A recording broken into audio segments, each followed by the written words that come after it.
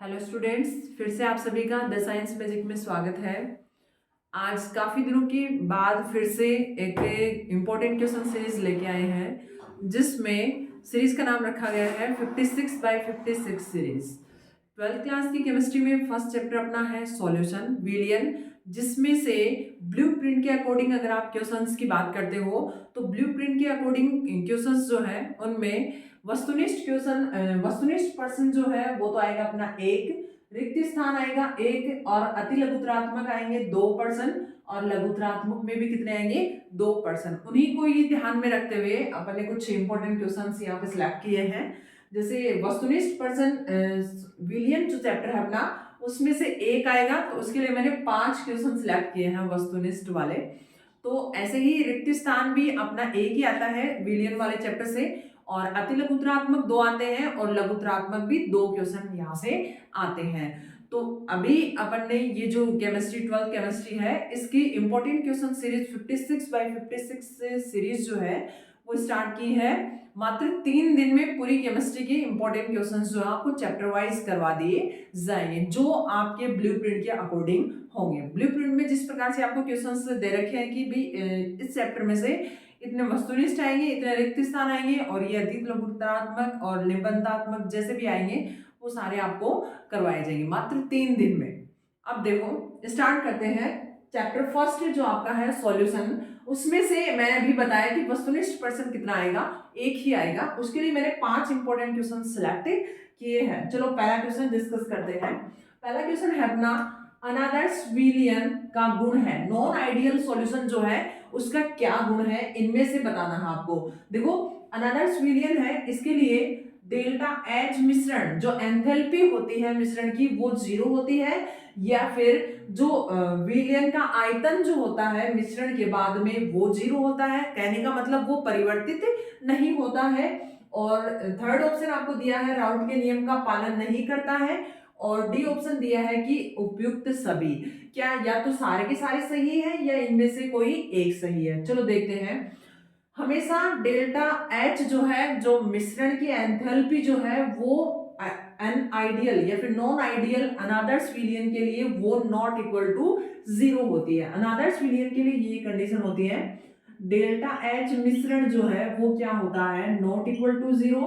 Delta V मिश्रण वो भी क्या होता है, नॉट इक्वल टू 0। तो ये दोनों ही ऑप्शन क्या है, रॉन्ग है आपके, और उपयुक्त सभी तो हो ही नहीं सकता। तो थर्ड ऑप्शन आपका करेक्ट है, जिसमें लिखा हुआ है कि अनादर्श विलियन जो है वो राउल्ट के नियम का पालन नहीं करता है। ठीक है, आदर्श विलियन की बात करें तो उसके लिए ये कंडीशन सही है। आदर्श विलियन अगर आपके पास ऑप्शन में आता है कि आदर्श विलियन का गुण है, तो ये भी आदर्श विलियन का गुण है, ये भी गुण है। आदर्श विलयन जो होगा उसमें मिश्रण के बाद जो एंथैल्पी चेंज है वो 0 होता है। ठीक है, कोई चेंज नहीं होता है, और आयतन में भी कोई चेंज नहीं होता है मिश्रण के बाद में। और आदर्श विलयन जो होगा वो राउल्ट के नियम का पालन करता है। ठीक है, यहाँ पे लिखा हुआ राउल्ट के नियम का नहीं पालन करता, तो वो विलयन होता है अपना अनादर्श विलयन। सेकंड क्वेश्चन है अपना समान प्रासरण दाब वाले विलयन जो है उनको क्या कहते हैं। समान प्रासरण दाब होगा ऐसे विलयन है आपके पास, तो उनको क्या बोला जाता है। देखो पहला ऑप्शन है अति प्रासरी विलयन। तो अति प्रासरी विलयन तो उसको बोला जाता है जिसका प्रासरण दाब जो है, जो ऑस्मोटिक प्रेशर जो है वो क्या होता है, सामान्य से ज्यादा होता है, उसे बोला जाता है अति प्रासरी। अगला ऑप्शन है आपका समप्रासरी विलयन। समान प्रासरण दाब वाले विलयन जो है वो क्या होते हैं, समप्रासरी विलयन होते हैं। ऐसे ही थर्ड ऑप्शन आपको दिया है अल्प प्रासरी विलयन।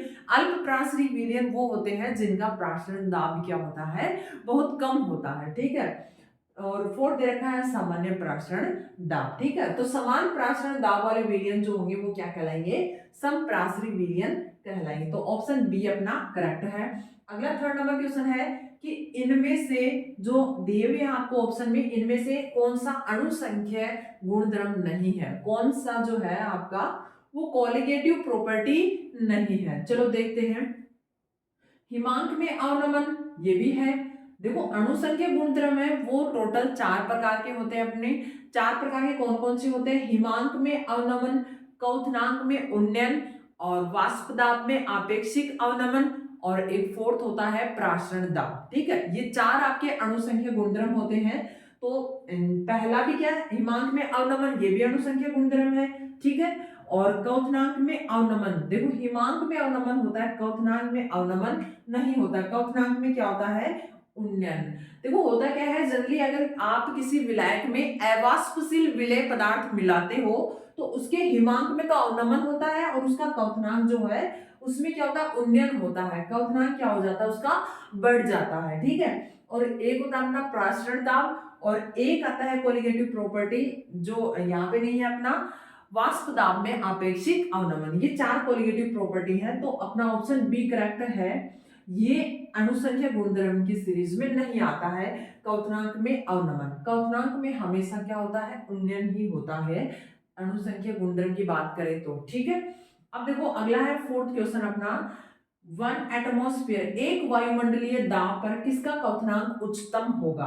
आपको पूछा गया है क्वथनांक में उन्नयन सबसे ज्यादा किस में होगा इनमें से। ठीक है, तो कहने का मतलब ये हुआ जिसके वियोजन से जितनी ज्यादा आयनों की संख्या होगी उतना ही ज्यादा उसका क्वथनांक ज्यादा होगा। चलो देखते हैं, यहाँ पे है ग्लूकोज, ग्लूकोज का कोई मतलब कहें तो कोई वियोजन नहीं होता है, यूरिया का भी वियोजन नहीं होता है। लेकिन जब बात करें barium chloride, BaCl2, barium chloride, और एक आपका NaCl, NaCl का वियोजन होगा तो कितने आयन बनेंगे, 2 आयन बनेंगे, Na प्लस और Cl माइनस। लेकिन जब बेरियम क्लोराइड है इसका वियोजन होगा तो कितने आयन बनेंगे, बेरियम और 2 क्लोराइड। ठीक है, ऐसे यूरिया है, ऐसे ग्लूकोज है, तो सबसे ज्यादा क्वथनांक उच्चतम जो है वो किसका होगा, बेरियम क्लोराइड का। ठीक है, आगे चलो, लास्ट और फिफ्थ नंबर क्वेश्चन है इसमें, जलीय विलयन में विलय के पूर्ण वियोजन के लिए वांट ऑफ कारक जो जिसको आप आई से डिनोट करते हो के अधिक मान वाला यौगिक है। मतलब आपको इनमें से बताना है कि इन सभी का जलीय विलयन लिया जाए अगर, तो वांट ऑफ गुणांक जो है वो इनमें से किसके लिए सबसे ज्यादा होगा। ठीक है, पहला है KCl, तो जलीय विलयन में KCl को डालोगे तो वियोजित होगा K प्लस और Cl माइनस में, NaCl Na plus Cl minus में, K2SO4 2K plus SO4 minus 2, और ये MgSO4 Mg प्लस 2 और SO4 माइनस 2। तो सबसे ज्यादा आयन कौन से यौगिक से बन रहे हैं, सबसे ज्यादा आयन बन रहे हैं पोटेशियम सल्फेट से। तो सबसे ज्यादा क्वांट ऑफ गुणांक जो है उसका मान किसके लिए होगा, K2SO4 के लिए। तो ये अपने थे कुछ सॉल्यूशन वाले चैप्टर में से वस्तुनिष्ठ प्रश्न सिलेक्ट किए थे 5 आपके यहाँ पेपर में। जब बात करें ब्लूप्रिंट के अकॉर्डिंग तो सॉल्यूशन चैप्टर में से एक ही वस्तुनिष्ठ पर्सन आएगा। ठीक है, आगे बात करते हैं रिक्त स्थान। रिक्त स्थान भी अपना कितना आएगा इस चैप्टर से, एक ही आएगा, लेकिन अपन ने यहाँ पर 5 क्वेश्चन सिलेक्ट किए हैं रिक्त स्थान वाले भी, वो भी देख लेते हैं।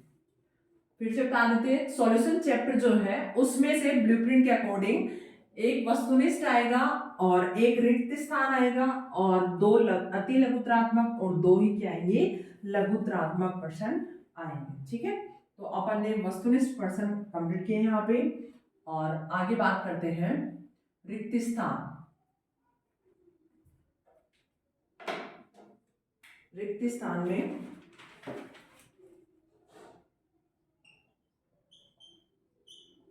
रिक्त स्थान पूर्ति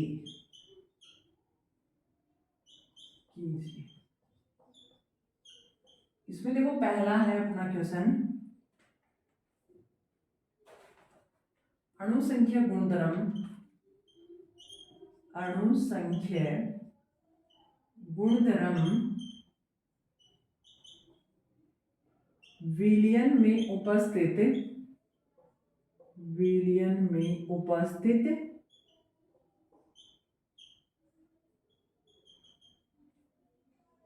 पर निर्भर करते हैं, पर निर्भर करते हैं। आपसे पूछा गया है कि जो अणुसंख्या गुणधर्म होते हैं, कोलिगेटिव प्रॉपर्टीज जो होती हैं वो किस पे डिपेंड करती हैं। देखो इसमें अपना उत्तर आएगा, इसमें लिखेंगे अपन विलेय के अणुओं की संख्या पर, विलेय के अणुओं की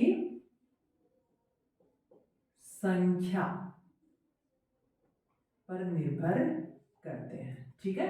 अणुसंख्या गुणधर्म जो होते हैं विलेय में उपस्थित विलेय के अणुओं की संख्या पर निर्भर करते हैं। अगला है अपना सेकंड। अगला पूछा गया आपको, ताप बढ़ाने पर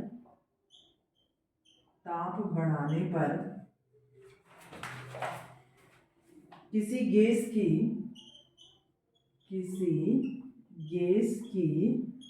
द्रव में विलेयता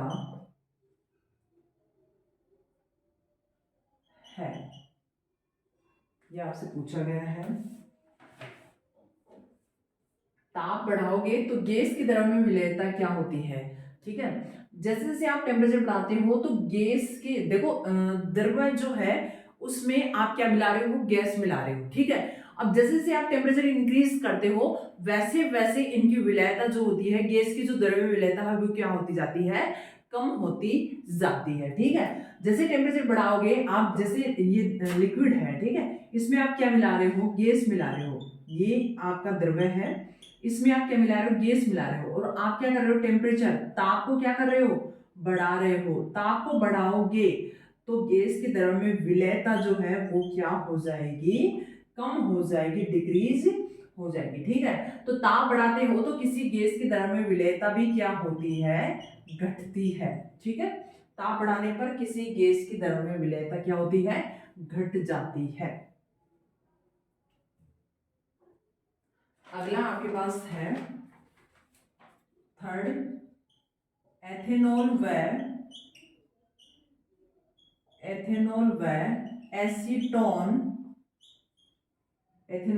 एसीटोन का मिश्रण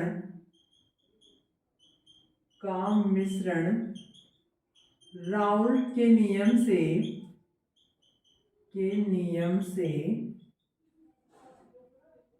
विचलन दर्शाता है। तो एथेनॉल और एसीटोन का जो मिश्रण है वो राउल्ट के नियम से क्या दर्शाता है, धनात्मक विचलन दर्शाता है। क्या दर्शाता है, धनात्मक विचलन दर्शाता है। एथेनॉल व एसीटोन का जो मिश्रण है वो क्या दर्शाता है, धनात्मक विचलन दर्शाता है, ठीक है। अगला और फोर्थ नंबर आपका क्वेश्चन है, फोर्थ नंबर, आदर्श विलियम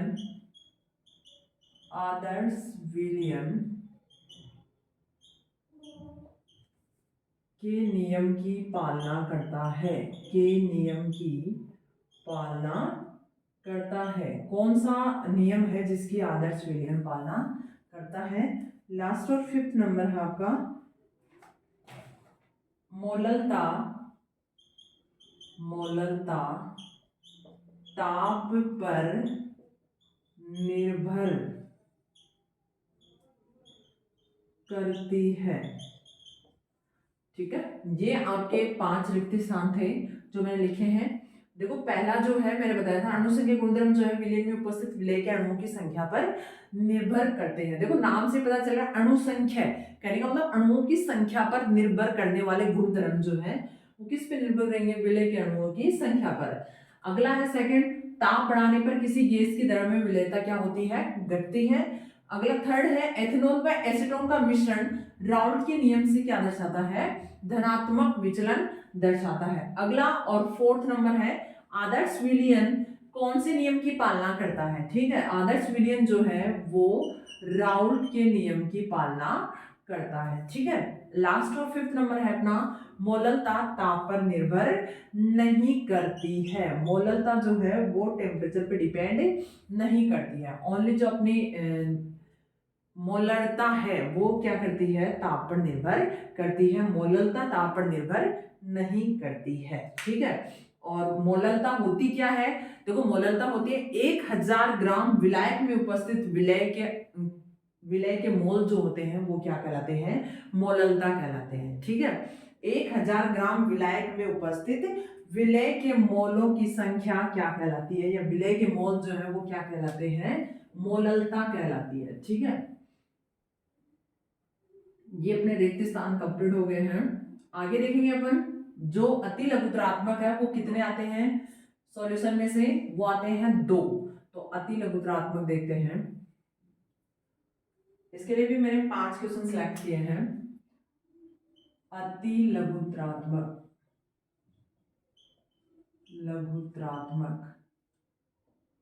क्वेश्चन, इसमें देखो पहला क्वेश्चन है अपना,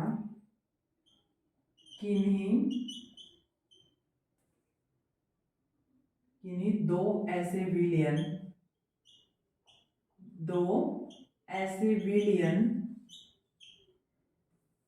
के उदाहरण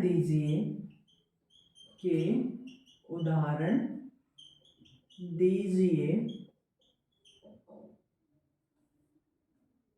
जो राउल्ट के नियम से ऋणात्मक विचलन दर्शाते हैं। जो राउल्ट के नियम से ऋणात्मक विचलन दर्शाते हैं। क्या दर्शाते हैं? ऋणात्मक विचलन दर्शाते हैं। ऐसे कोई 2 एग्जाम्पल लिखिए।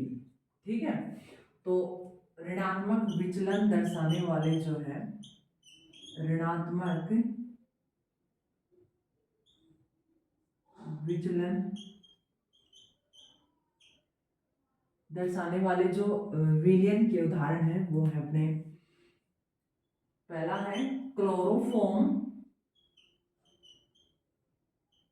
व एसीटोन। ठीक है, सेकंड है अपना फिनोल व एनिलीन। ये 2 ऐसे एग्जाम्पल हैं जो राउल्ट के नियम से क्या दर्शाते हैं?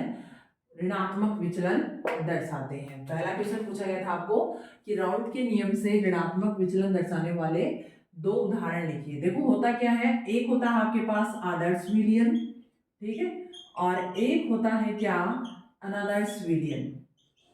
आदर्श विलियन और अनादर्श विलियन। आदर्श विलियन तो क्या करता है, राउल्ट के नियम की पालना करता है। ठीक है, राउल्ट के नियम की पालना करता है। लेकिन अनादर्श विलियन जो होते हैं वो राउल्ट के नियम की पालना नहीं करते हैं। राउल्ट के नियम की पालना नहीं करते हैं। ये तो पालना करते हैं, ये नहीं करते हैं। तो इस अकॉर्डिंग इनको डिवाइड किया गया है।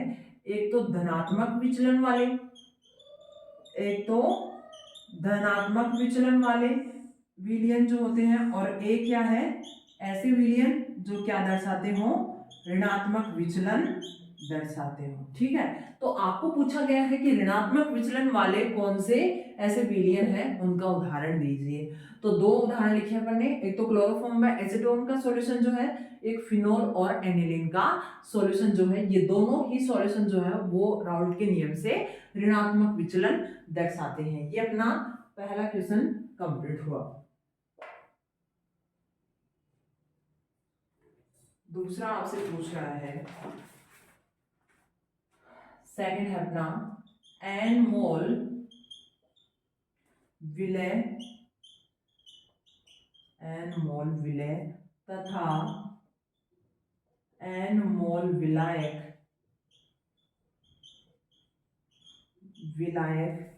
से बने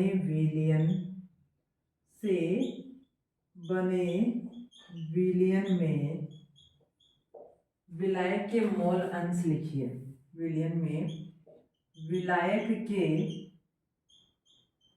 मोल अंश लिखिए।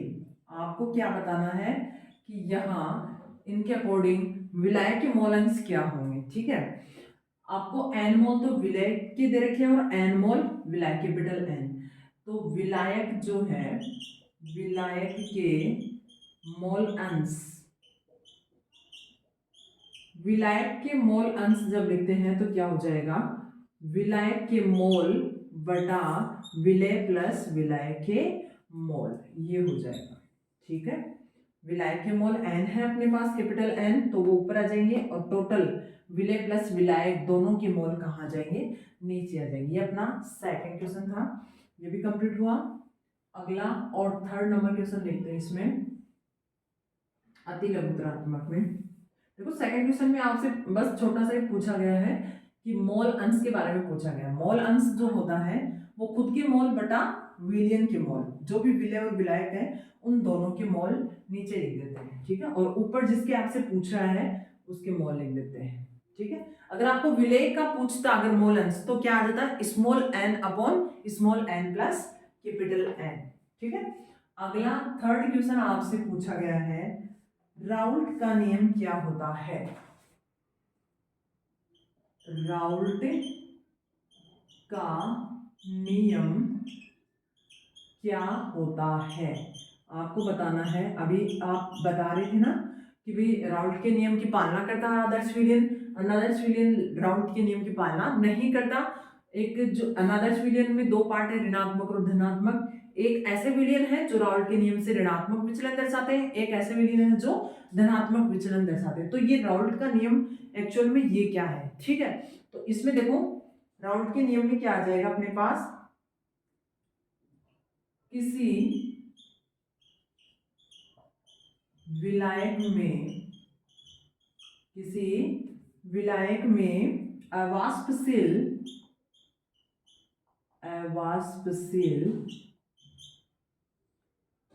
विलेय पदार्थ, अवाष्पशील विलेय पदार्थ मिलाने पर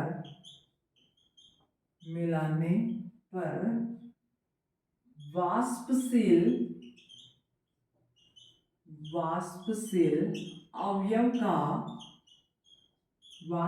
अवयव का आंशिक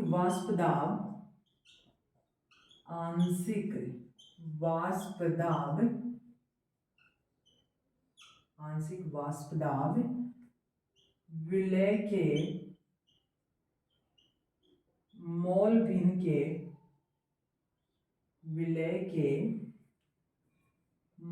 भिन्न के समानुपाती होता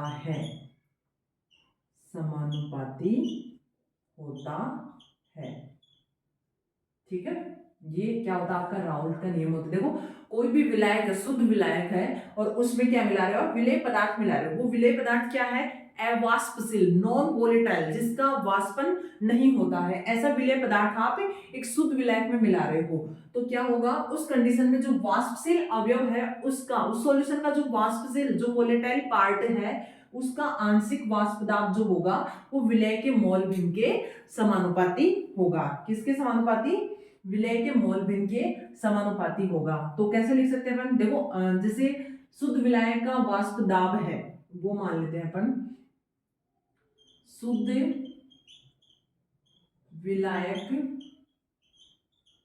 का वाष्प दाब वो क्या है, P है अपने पास, ठीक है। P क्या है, विलायक का वाष्प दाब या फिर शुद्ध विलायक का वाष्प दाब, ठीक है। और मोल भिन्न जो है, मोल भिन्न उसको लिख लेते हैं अपन किससे, x से, या तो स्मॉल x लिख दो चाहे कैपिटल X लिख दो, ठीक है। तो रिलेशन क्या बनता है अपने पास, रिलेशन बनता है P directly proportional to x, ठीक है। और जब आप इसको लिखते हो तो क्या आ जाएगा, P not x, proportionality sign हटाते हैं तो क्या आ जाएगा, P नोट x आ जाएगा, ठीक है। हाँ ये शुद्ध विलायक का वाष्प दाब अपना P नोट, ठीक है। और ये देखो शुद्ध विलायक का वाष्प दाब P नोट है, और जो आप ये जो मान रहे हो वाष्पशील अवयव जो बच गया था उस विलयन में, वाष्पशील अवयव उसका आंशिक वाष्प दाब है वो किसके समानुपाती है, मोल भिन्न के समानुपाती है, ठीक है। पी नोट जो है वो अपने शुद्ध विलायक का था वाष्प दाब, ठीक है। शुद्ध विलायक का वाष्प दाब था, उसमें आपने क्या कर दिया, एक अवाष्पशील विलय पदार्थ मिला दिया। तो अवाष्पशील विलय पदार्थ मिलाया है तो उसमें जो बचा हुआ पार्ट है जो वाष्पशील है, उस वाष्पशील पदार्थ का जो आंशिक वाष्प दाब है वो किसके समानुपाती होगा, मोल भिन्न के समानुपाती होगा, ठीक है। तो अपन लिख सकते हैं जो वाष्पशील अवयव है उसका आंशिक वाष्प दाब आपने क्या माना है, P माना है, ठीक है।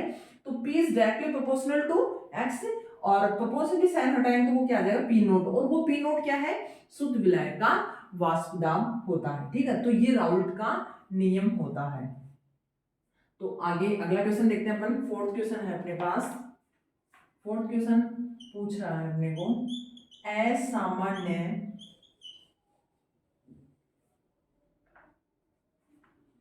असामान्य मोलर द्रव्यमान। असामान्य मोलर द्रव्यमान क्या होता है? क्या होता है? ठीक है, असामान्य मोलर द्रव्यमान क्या होता है?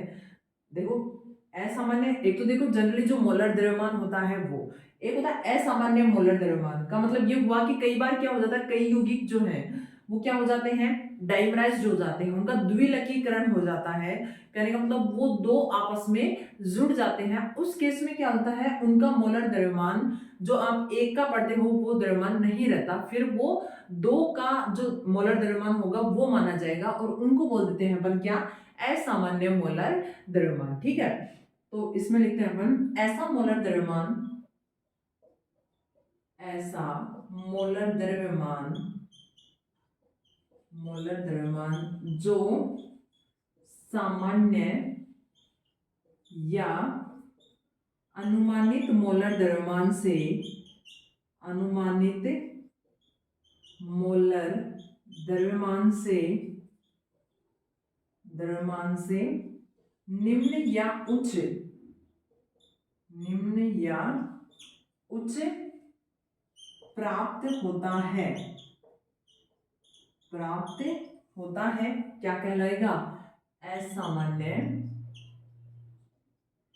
असामान्य मोलर द्रव्यमान कहलाता है, मोलर द्रव्यमान कहलाता है। ठीक है, ये अपना फोर्थ नंबर क्वेश्चन था असामान्य मोलर द्रव्यमान का, जिसमें असामान्य मोलर द्रव्यमान फिर से बता देते हैं एक बार। ऐसा मोलर द्रव्यमान जो क्या हो, सामान्य या अनुमानित मोलर द्रव्यमान से क्या हो, या तो अधिक हो या फिर कम हो, तो उसको बोला जाता है असामान्य मोलर द्रव्यमान बोला जाता है। ठीक है, ये अपना फोर्थ नंबर क्वेश्चन जो है वो कंप्लीट हुआ। अगला और लास्ट जो है अपना फिफ्थ नंबर क्वेश्चन, अति लघुत्रात्मक का लास्ट क्वेश्चन है अपना फिफ्थ नंबर।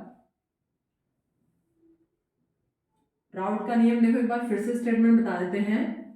किसी शुद्ध विलायक में अवाष्पशील विलय पदार्थ मिलाने पर वाष्पशील अवयव का आंशिक वाष्प दाब जो है वो उसके मोल भिन्न के समानुपाती होता है। ठीक है, और P directly proportional to X। ठीक है, P क्या है, वाष्पशील अवयव का क्या है, आंशिक वाष्प दाब, और X क्या है, विलय की मोल भिन्न। ठीक है, अगला और फिफ्थ नंबर क्वेश्चन है अपना स्थिर क्वाथी मिश्रण, स्थिर क्वाथी मिश्रण में उपस्थित, सॉरी हाँ सही है, में उपस्थित अवयवों को, उपस्थित अवयवों को परभाजी आसवन, परभाजी आसवन से पृथक नहीं किया जा सकता, नहीं किया जा सकता। इसका क्या कारण है, क्यों? ठीक है, स्थिर क्वाथी मिश्रण जो होते हैं उनमें उपस्थित अवयवों को परभाजी आसवन से पृथक नहीं किया जा सकता, इसका क्या कारण है? ठीक है, देखो इसमें क्या होता है कि जो भी अवयव होते हैं स्थिर क्वाथी मिश्रण, स्थिर क्वाथी मिश्रण का मतलब ये हुआ कि इसमें जो भी अवयव होते हैं उनका अनुपात जो होता है वो निश्चित होता है। ठीक है, जो भी अवयव होंगे इस मिश्रण में उनका अनुपात जो होगा, उनका जो रेशियो होगा वो क्या होता है, फिक्स होता है, निश्चित होता है। तो इसलिए ये सारे के सारे जो होंगे अवयव वो सारे के सारे एक साथ उबलने लगते हैं। ठीक है, एक साथ उबलने लगते हैं, तो आप प्रभाजी आसवन के द्वारा तो इनको अलग कर ही नहीं सकते, सेपरेट आउट नहीं कर सकते। क्यों? क्योंकि फिर से बता देती हूँ मैं एक बार, स्थिर क्वाथी मिश्रण जो होते हैं इनमें जो अवयव उपस्थित होते हैं वो क्या होते हैं, निश्चित अनुपात में होते हैं। निश्चित अनुपात में होने के कारण वो, आप जब उनको गर्म करते हो तो वो एक साथ क्या हो जाते हैं, उबलने लग जाते हैं, तो उनको आप प्रभाजी आसवन से अलग नहीं कर सकते हो। ये इसका रीजन है। रीजन क्या है, स्थिर क्वाथी मिश्रण, स्थिर क्वाथी मिश्रण में उपस्थित अवयव, उपस्थित अवयव निश्चित अनुपात में होते हैं, निश्चित अनुपात में होते हैं,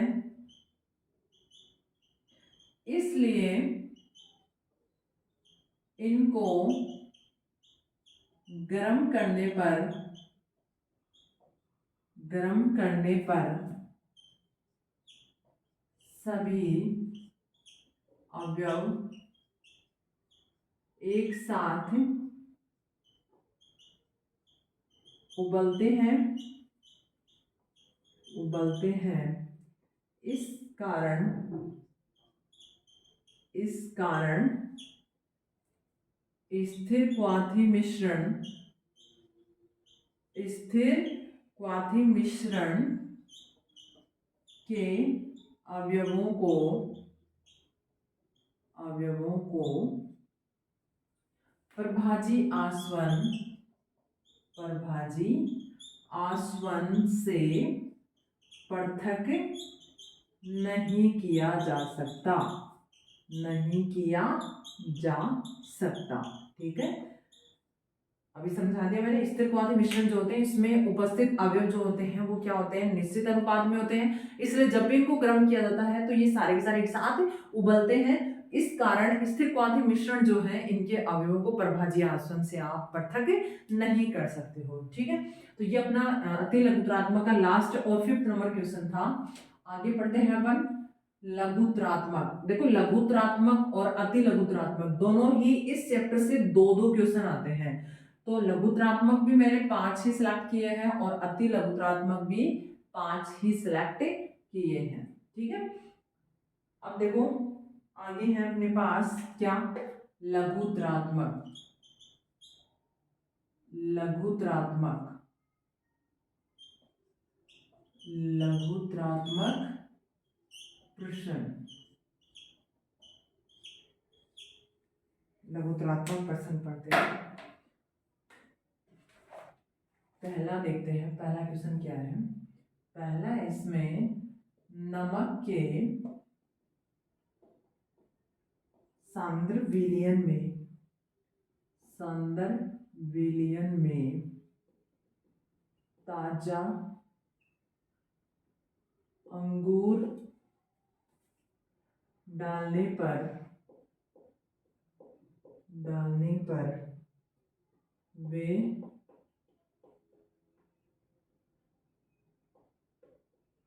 सिकुड़ जाते हैं, सिकुड़ जाते हैं, जबकि इन्हें,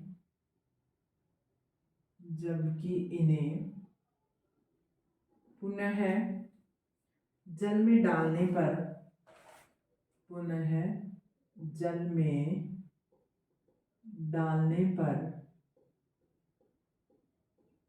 डालने पर क्या हो जाते हैं, ये फूल जाते हैं, फूल जाते हैं।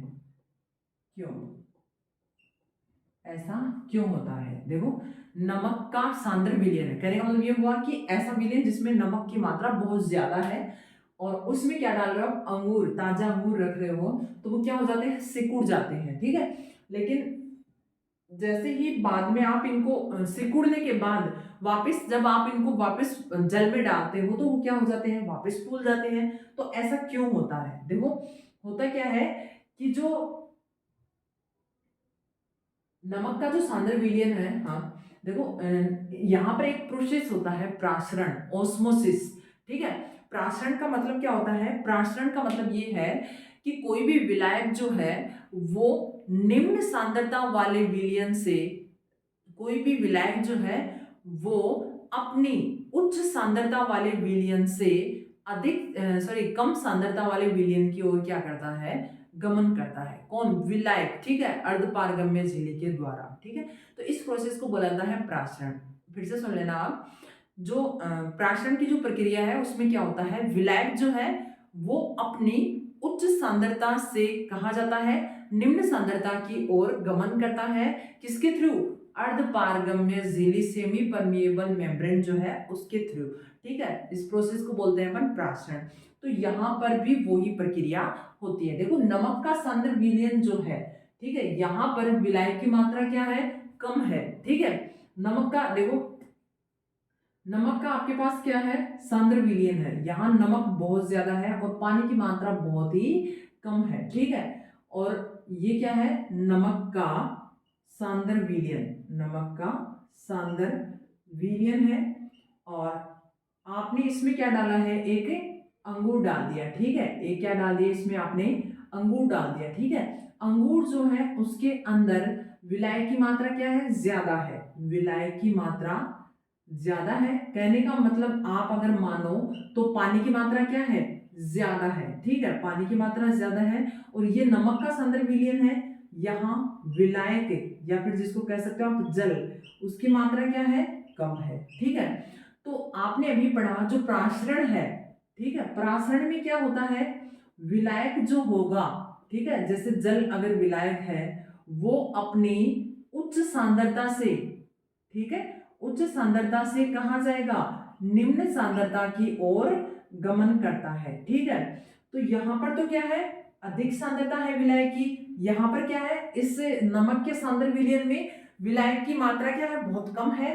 तो जो विलायक है वो अंगूर से कहाँ आएगा? नमक के सांद्र विलयन में आ जाएगा, ठीक है। तो अंगूर जो है वो क्या हो जाएगा? सिकुड़ जाएगा, ठीक है। अंगूर जो है वो क्या हो जाएगा? ऐसे सिकुड़ जाएगा, ठीक है। ये जब सिकुड़ जाएगा तो जब आप इसको वापस किस में डालते हो? वाटर में जब आप इसको डालते हो, वाटर, ये क्या है? विलायक आपका जल है ये, ठीक है। जल में जब आप वापस इसको डालोगे तो जल की मात्रा, विलायक की मात्रा यहाँ ज्यादा है और ये जो अंगूर था आपका सिकुड़ा हुआ, इसमें पानी की मात्रा बहुत कम है। तो फिर से जो विलायक है वो अधिक सांद्रता से कम सांद्रता की ओर जाएगा। तो ये जो पानी है ये किस में प्रवेश करेगा? फिर अंगूर में प्रवेश करेगा। तो इसलिए यह अंगूर क्या हो जाएगा? अबे फूल जाएगा, ठीक है। तो यहाँ पर क्या होता है? प्राशरण की प्रक्रिया होती है जिसमें क्या होता है, देखो जैसे मैंने समझाया, प्राशरण जो होता है वो क्या होता है? विलायक का अपनी उच्च सांद्रता से निम्न सांद्रता की ओर गमन करना। और वो किसके थ्रू होता है? ये सब ये होता है अर्धपारगम्य झिल्ली। क्या होता है? अर्धपारगम्य झिल्ली। अब यहाँ पर अर्धपारगम्य झिल्ली कहाँ से आ गई? जो अंगूर की जो कोशिका झिल्ली होती है ये किसकी तरह बिहेव कर रही है? अर्धपारगम्य झिल्ली की तरह बिहेव कर रही है, ठीक है। तो अर्धपारगम्य झिल्ली के थ्रू विलायक का अपनी उच्च सांद्रता से हाई कंसंट्रेशन से लो कंसंट्रेशन की ओर गमन जो है वो क्या कहलाता है? प्राशरण। और वो प्रक्रिया यहाँ पर होती है। नमक का सांद्र विलयन होता है और अगर आप इसमें ताजा अंगूर को रखते हो तो ताजा अंगूर में विलायक की मात्रा ज्यादा है, नमक के सांद्र विलयन में विलायक की मात्रा कम है। तो विलायक जो अपने उच्च सांद्रता से निम्न सांद्रता में आएगा, कहने का मतलब अंगूर के अंदर से नमक के सांद्र विलयन में आ जाएगा, ठीक है। तो वो क्या हो जाएगा? सिकुड़ जाएगा अंगूर जो है। फिर जैसे ही आप इस सिकुड़े हुए अंगूर को पानी में डालते हो, फिर से विलायक में डालते हो, तो विलायक की मात्रा बाहर बहुत ज्यादा है और उस सिकुड़े हुए अंगूर के अंदर बहुत कम है। तो इसलिए वो जो सिकुड़ा हुआ अंगूर है वो बाहर से जल को क्या कर लेगा? अवशोषित कर लेगा। या फिर आप कह सकते हो कि विलायक जो है वो बाहर ज्यादा है तो अपनी उच्च सांद्रता से निम्न सांद्रता सिकुड़े हुए अंगूर के अंदर चला जाएगा, ठीक है। और अंगूर की जो झिल्ली है, कोशिका झिल्ली, वो किसका काम कर रही है? अर्धपारगम्य झिल्ली का काम कर रही है। तो यहाँ पर कौन सा प्रोसेस होता है? प्राशरण ऑस्मोसिस प्रोसेस होता है। तो इसको लिखेंगे कैसे? सेंटेंस के फॉर्म में।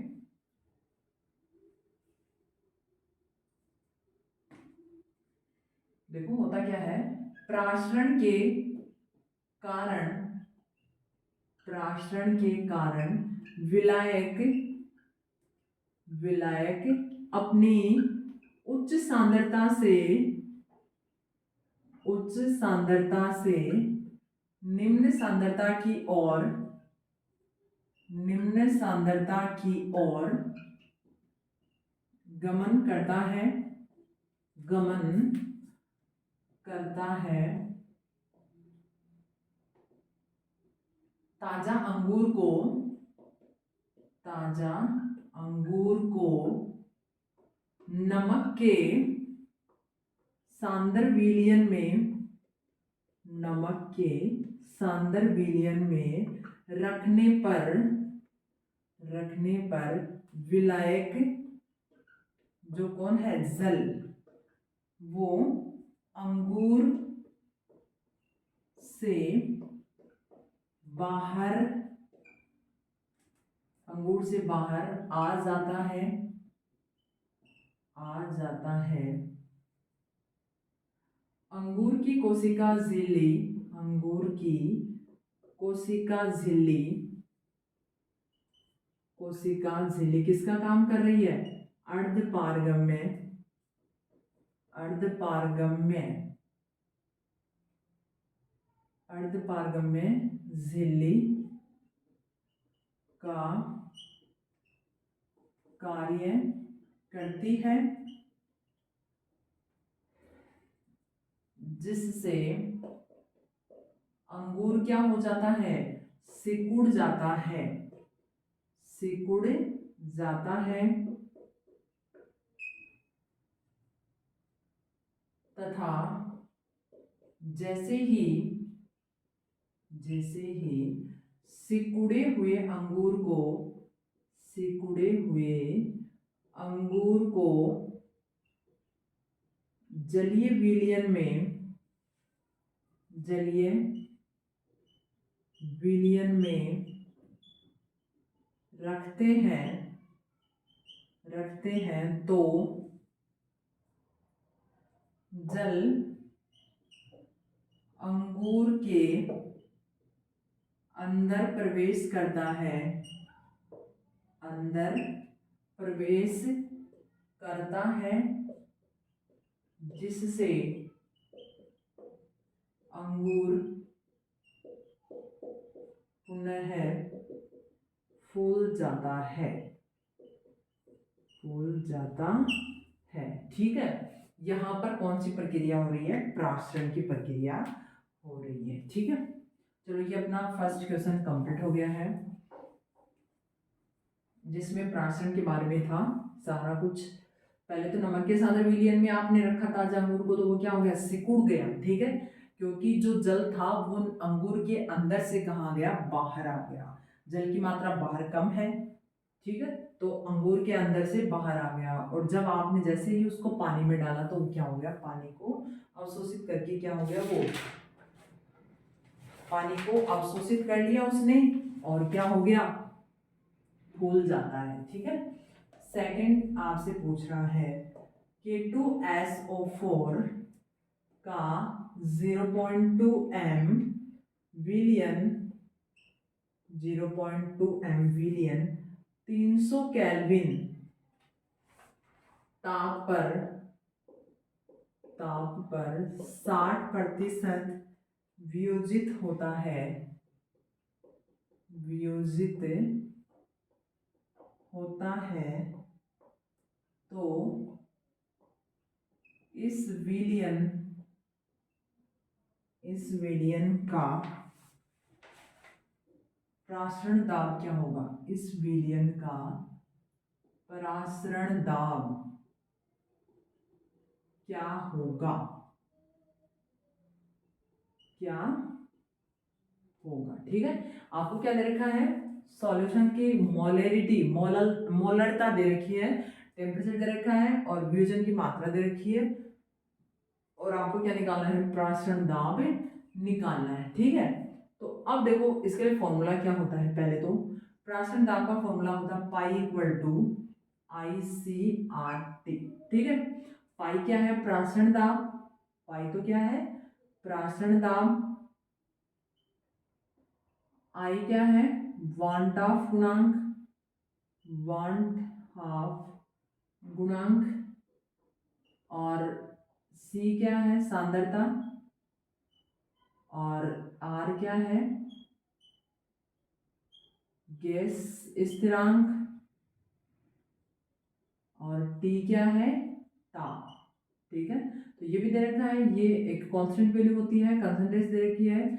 आई आपको नहीं पता है, तो वियोजन की मात्रा दे रखी है और आई नहीं पता, तो इसके लिए देखो आपको वियोजन की मात्रा देंगे, तो वियोजन के लिए आई का मान जो होता है 1 प्लस एल्फा एन माइनस 1। ठीक है, अल्फा क्या है, अल्फा आपको 60% दे रखा है, कहने का मतलब 60/100। ठीक है, और एन का मान क्या हो जाएगा, K2SO4 है, तो ये जब वियोजित होगा तो क्या हो जाएगा 2K plus plus SO4 minus 2। ठीक है, तो एन का मान कितना है यहाँ पे 3 आयन बन रहे हैं, 2 तो पोटेशियम एक सल्फेट, तो एन का मान क्या है 3 है। ठीक है, तो ये मान पुट कर दो यहाँ पर, i equal to 1 plus 60/100 3 minus 1, i equal to क्या आ जाएगा 1 प्लस 60/100 इंटू 2, और यहाँ पर क्या आ जाएगा आई इक्वल टू 1 प्लस,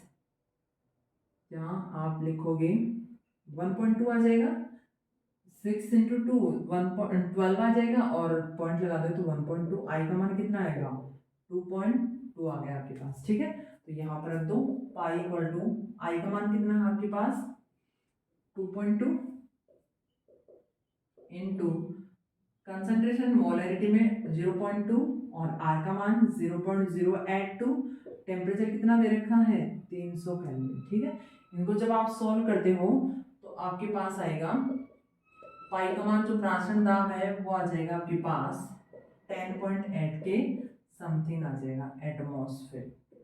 ठीक है, प्राशन दाब है ना, तो दाब के लिए वायुमंडलीय में ये क्या होता है, क्या आ जाएगा आपके पास 10.8 के समथिंग आ जाएगा। ठीक है, ये अपना सेकंड क्वेश्चन था, इसमें सिंपल सा था, आपको क्या निकालना है प्राशन दाब, तो यहाँ पर आई की वैल्यू नहीं दे रखी, बस थोड़ा सा ये है आई की वैल्यू निकालनी है, तो यहाँ पर वियोजन मात्रा दे रखी है, तो वियोजन के लिए आई का मान निकालने का फॉर्मूला ये होता है 1 plus alpha N minus 1। N जो है K2SO4 दे रखा है, तो एन क्या होगा, इससे कितने आयन बनेंगे वियोजन होगा तब, तो 2 तो पोटेशियम बनेंगे एक सल्फेट बनेगा। ठीक है, तो कितने हो गए टोटल 3 हो गए।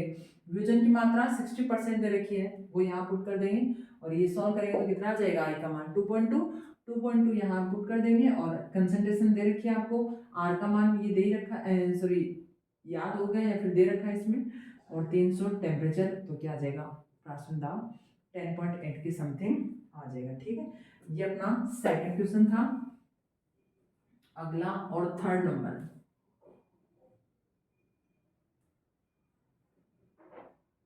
अगला और थर्ड नंबर है आपका, इसमें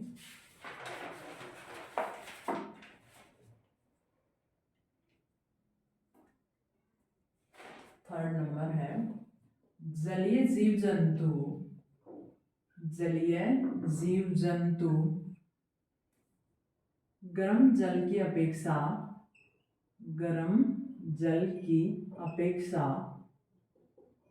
अपेक्षा ठंडे जल में अधिक आसानी से रहते हैं, अपेक्षा ठंडे जल में अधिक आसानी से रहते हैं, क्यों, ऐसा क्यों होता है, और आपको पूछा है जलीय जीव जंतु जो है वो गर्म जल की अपेक्षा ठंडे जल में अधिक आसानी से क्यों रहते हैं। ठीक है, देखो इसका रीजन क्या है, जनरली जैसे अभी आपने रिक्त स्थान में पढ़ा था कि ताप बढ़ाने पर क्या होता है, ताप बढ़ाने पर गैसों की द्रव्य में विलयता, द्रव्य में विलयता क्या हो जाती है, कम हो जाती है,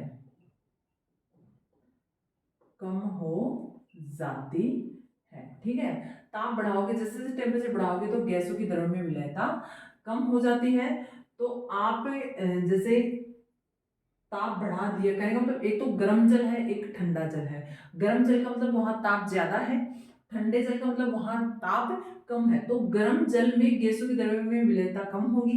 कहने का मतलब ये हुआ कि जहां पर गर्म जल है वहां पर ऑक्सीजन की मात्रा क्या होगी, कम होगी, क्यों? क्योंकि जैसे टेम्परेचर जहां ज्यादा होता है वहां गैसों की द्रव्य विलेयता भी क्या हो जाती है, कम हो जाती है। इसलिए जो गर्म जल है वहां पर ऑक्सीजन की मात्रा क्या होती है, कम होती है। लेकिन जैसे ही आप ठंडे जल की बात करो तो वहां पर ऑक्सीजन की मात्रा क्या होती है, ज्यादा होने के कारण जलीय जीव जंतु जो है वो गर्म जल की अपेक्षा ठंडे जल में अधिक आसानी से रहते हैं। ताप बढ़ाने पर गैसों की द्रव्य विलेयता कम होती है, गर्म जल में अतः गर्म जल में ऑक्सीजन गैस की मात्रा, गर्म जल में ऑक्सीजन गैस की मात्रा, ऑक्सीजन गैस की मात्रा क्या होती है, कम होती है, कम होती है। इसलिए इसलिए जलीय जीव जंतु गर्म जल की अपेक्षा, गर्म जल की अपेक्षा अपेक्षा ठंडे जल में अधिक आसानी से रहते हैं, अधिक आसानी से रहते हैं। ठीक है, क्योंकि ठंडे जल में क्या होगी, ऑक्सीजन की मात्रा भी ज्यादा होगी, इससे वो आसानी से वहां रह सकेंगे। ठीक है, अगला और 4th नंबर क्वेश्चन है आपका, 4th नंबर है NaOH की जल में विलयता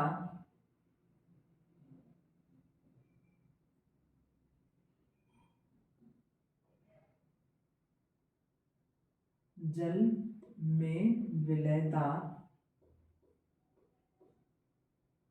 जल में विलयता पर ताप का क्या प्रभाव है, पर ताप का क्या प्रभाव पड़ेगा,